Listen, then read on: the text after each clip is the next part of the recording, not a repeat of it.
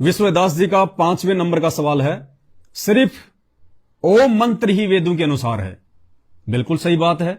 यजुर्वेद अध्याय नंबर 15 का मंत्र नंबर 5, ओम कृत्यु समर, ओम किलवे समर, यानी ओम मंत्र का जाप करने का आदेश है चारों वेदों में, और कोई मंत्र जाप करने का आदेश नहीं है। ना हरे राम हरे कृष्णा रामा रामा राधे राधा श्याम मिलादे ओम भागवते, कोई भी मंत्र जाप करने का आदेश नहीं है भगवान की तरफ से। सारे के सारे मनमुखी मंत्र हैं जिनसे कोई लाभ नहीं होना, श्वासों की बर्बादी है, समय की बर्बादी है। चारों वेदों में और गीता जी में केवल एक ओम मंत्र है। गीता जी चारों वेदों का सार है। जब वेदों में ही एक ओम मंत्र जाप करने का आदेश है तो गीता जी में कोई दूसरा मंत्र जाप करने का आदेश नहीं हो सकता। इसलिए गीता जी अध्याय नंबर 8 श्लोक नंबर 13, ओम इति एक अक्षर ब्रह्म व्यवहारण माम अनुशमरण ये प्रयाति तजम देहम सयाति परमामगतम, केवल एक ओम मंत्र जाप करने का आदेश है। सिर्फ ओम मंत्र ही वेदों के अनुसार है, बाकी नहीं। क्या जिन लोगों ने ओम की साधना की होगी, क्या उनको ही सिद्धियां प्राप्त हुई होंगी? हां, मोक्ष तो नहीं मिला होगा उन्हें। विश्वदास जी कह रहे हैं कि वेदों और गीता जी में जब एक ओम मंत्र ही जाप करने का आदेश है तो क्या जो सिद्धियां प्राप्त होती हैं वो सिद्धियां केवल ओम मंत्र के जाप करने वालों को ही प्राप्त होती हैं या किसी और को भी होती हैं? देखिए विश्वदास जी, सिद्धि बहुत सारे तरीकों से प्राप्त होती है। परमेश्वर सदगुरु रामपाल जी भगवान ने इस बात को बहुत अच्छे से समझाया। सिद्धि केवल ओम मंत्र के जाप से ही प्राप्त नहीं होती है। सिद्धि जो है वो तप करने से भी प्राप्त होती है। घोर तप करने से भी सिद्धि प्राप्त होती है।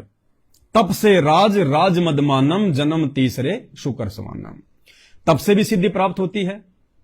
वर्तमान में यदि आप ओम नाम की साधना कर रहे हैं उससे भी सिद्धि प्राप्त होती है। इसके अलावा चाहे वर्तमान में आप जी ओम नाम का जाप नहीं कर रहे, यदि आपने पिछले किसी जन्म में कोई तप किया हुआ है, कोई ऐसी भक्ति साधना की हुई है या ओम नाम का जाप किया हुआ है, तो भी आपको सिद्धियां प्राप्त हो सकती है।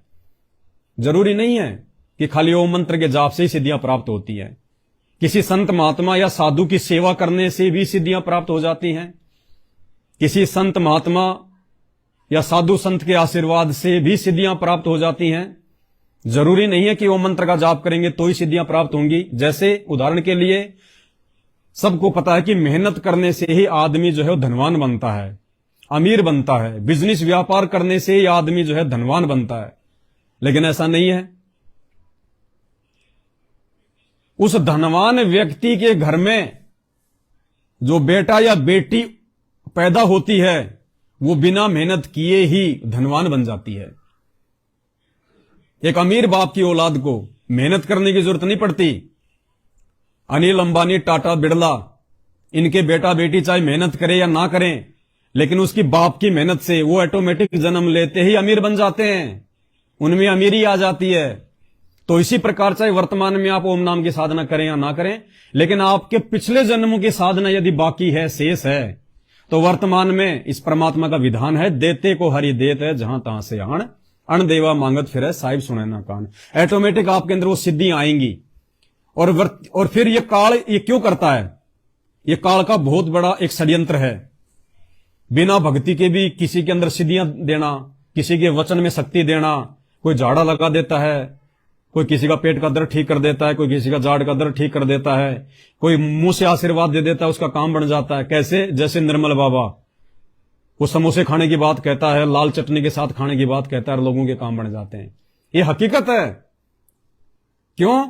उनके पिछले जन्म की भक्ति का ये प्रताप है, उनके पिछले जन्म के ओम नाम की कमाई, उनके पिछले जन्म के तप, कोई गुरु सेवा, कोई गुरु आशीर्वाद, जिसका प्रतिफल ये काल उसको वर्तमान में दे रहा है, उस आत्मा को और ज्यादा उलझाने के लिए। क्यों?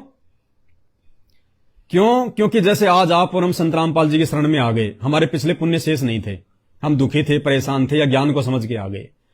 आज ये ज्ञान समझ में आने के बाद हमें सारी बातें समझ में आ रही है कि काल का कितना भयंकर षड्यंत्र होता है, कैसे कैसे जीव को फंसाता है। हमारी तो बात समझ में आ गई, हमने तो उनकी भक्ति शुरू कर ली। लेकिन कोई ऐसा व्यक्ति जो वर्तमान में भक्ति नहीं कर रहा और भक्ति भी कर रहा है तो देवी देवताओं की कर रहा है, ब्रह्मा विष्णु महेश की कर रहा है, अल्लाह अल्लाह कर रहा है, वाहि गुरु कर रहा है, मसीह मसीह कर रहा है, पिता परमेश्वर कर रहा है, या वैसे कोई तप कर रहा है, वैसे कोई पाखंड कर रहा है, उसको भी लाभ मिल रहे हैं, उसके अंदर भी सिद्धियां हैं, वो भी लोगों को जो है आशीर्वाद दे रहा है। और वो सोच के आ रहा है कि वर्तमान में मैं जो ये साधना कर रहा हूं, वर्तमान में जो मैं कावड़ लेके आ रहा हूं, वर्तमान में जो ये गोवर्धन की मैं परिक्रमा लगा रहा हूं, वर्तमान में जो मैं राधा राधा का जाप जप रहा हूं, जैसे प्रेमानंद जी वगैरह हैं और जितने भी साधु संत महात्मा हैं जो गुरु रूप में बैठे हैं, लोगों को आशीर्वाद दे रहे हैं, खुद भी आराम से रह रहे हैं, बड़ी बड़ी गाड़ियों में घूम रहे हैं, तो वर्तमान में इनके पास में शास्त्रों के अनुसार साधना किसी के पास नहीं है, सिवाय पूरे विश्व में संत रामपाल जी के भक्तों के। किसी के पास में सत्य साधना नहीं है। वो लोग क्या कर रहे हैं, वो पिछले जन्म की कमाई खा रहे हैं, पिछले जन्म की उनकी वो ओम नाम की कमाई, गुरु का आशीर्वाद या गुरु की सेवा, वो पिछले जन्म की कमाई उनको काल वर्तमान में दे रहा है। किसी को तो गुरु बना के बैठा रखा है, किसी को संत बना के बैठा रखा है, और वो सोचता कि वर्तमान में जो मैं राधा राधा जप रहा हूं ना, इसी से मेरे सारे काम हो रहे हैं।